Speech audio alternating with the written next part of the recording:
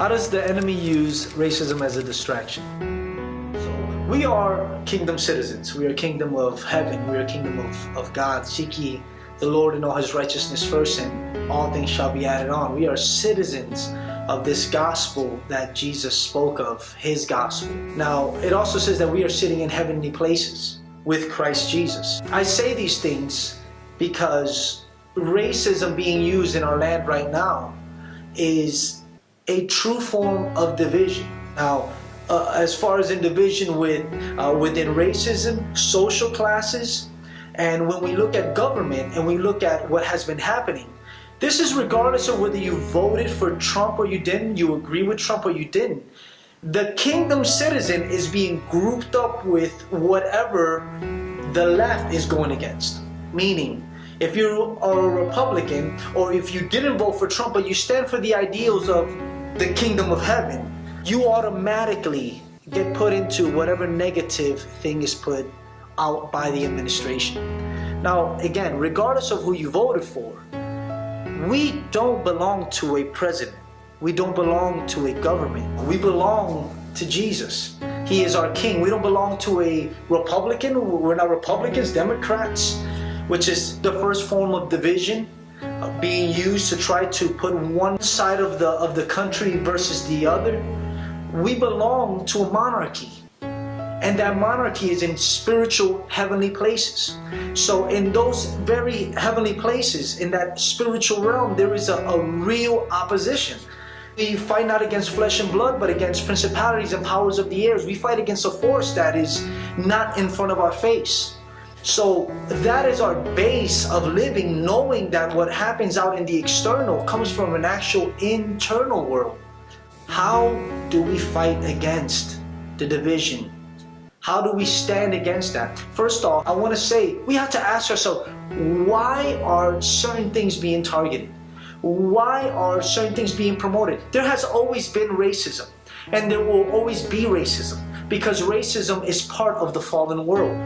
So when we see these things come to pass, it shouldn't be a surprise to us. I myself, I'm Puerto Rican, and when I first moved over to the United States, I experienced racism from whites, from blacks, from even a social class segregation, if you will, from my Mexican brothers and sisters. Now, I'm not dogging any of them.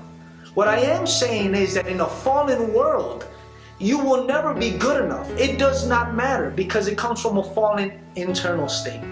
It is an opposition that is from someplace else. Racism is just something to exploit it. And I came here in the 90s.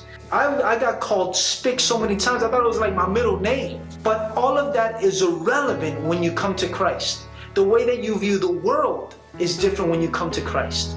What is the purpose of being pushed this information to have you stand on one side versus the other, except the dividing of a country?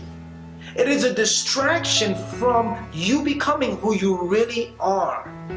When you become who you really are, you turn into the three Hebrews.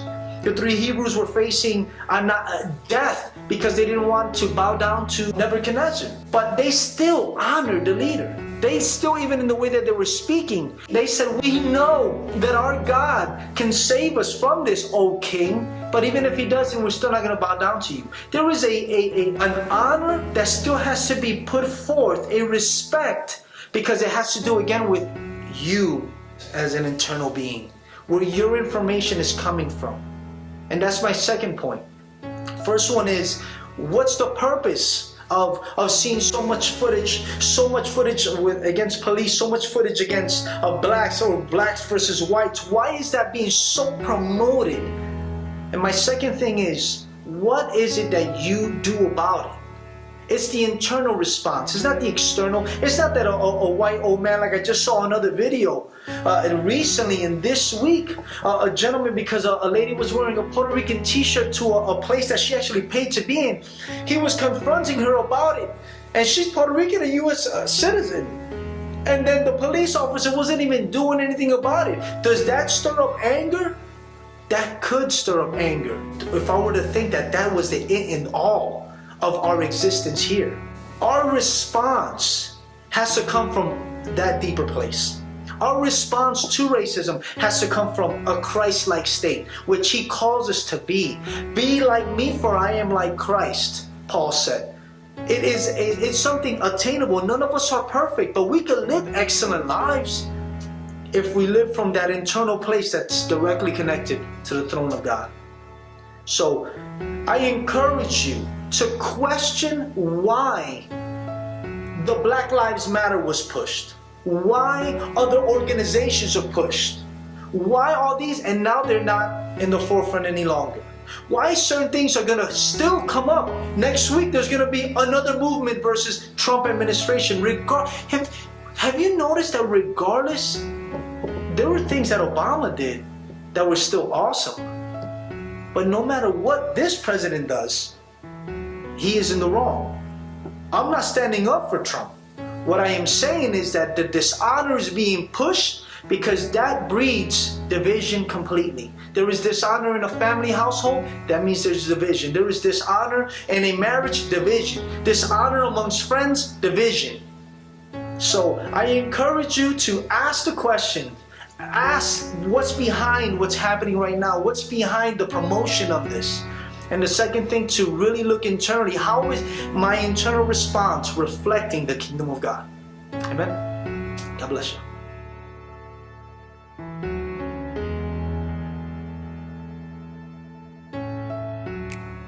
Love so wide,